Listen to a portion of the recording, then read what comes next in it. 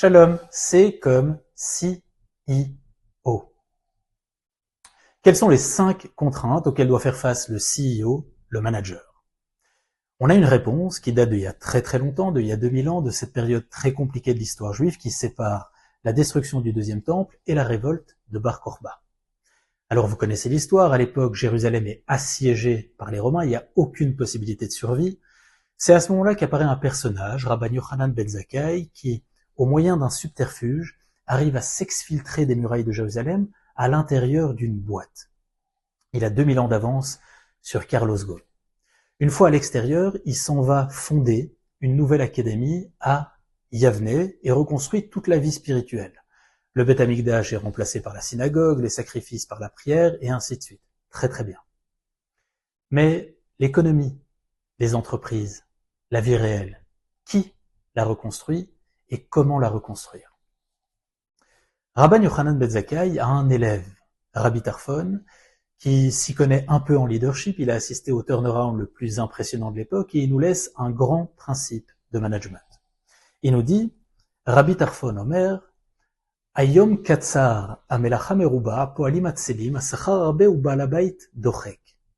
Dans cette maxime, on a les contraintes qu'on connaît tous, le temps, l'argent et la masse de travail à abattre qui est énorme.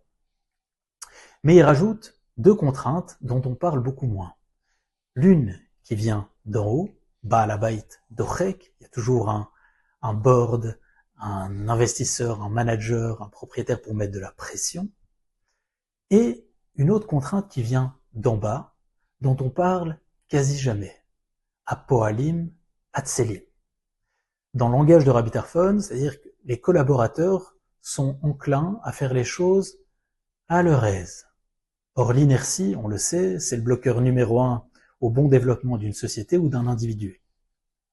La bonne nouvelle, c'est qu'on a au moins une méthode très simple que vous pouvez appliquer demain matin, qui peut nous aider à surmonter les 3 premiers obstacles, à Yom Katsar, les obstacles de temps, à Yom Katsar, la journée est courte, à Melacha Meruba, la masse de travail est énorme, et à Poalim Atselim, et il y a un problème d'inertie. Cette méthode, elle consiste à diviser vos tâches en 3 catégories. Les grosses tâches, celles qui sont pas forcément urgentes, mais très importantes, qui ont un réel impact sur le long terme, elles demandent souvent beaucoup de concentration, beaucoup de focus. Deuxième catégorie, les tâches de routine, ici exprimées par des dates. Et enfin, tout le reste. Les tâches qui sont parfois urgentes, parfois pas, mais sûrement pas importantes, les Slack, les emails, des meetings, toute autre urgence qui arrive sur votre bureau.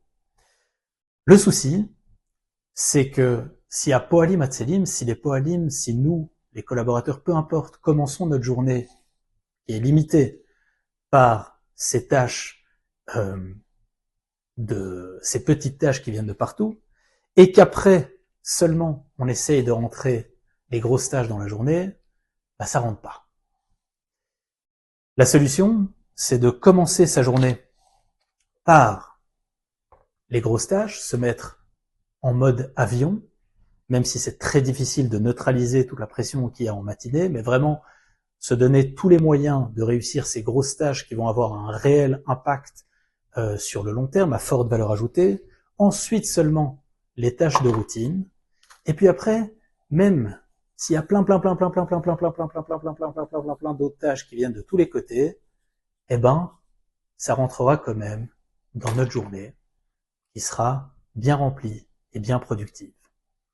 En conclusion, 5 contraintes dont nous parle Rabbi Tarfon et une méthode pour déjà tenter de neutraliser les contraintes de temps, de masse de travail à abattre et d'inertie qu'on peut trouver si on ne sait pas prioriser, si on ne travaille pas dans le bon ordre.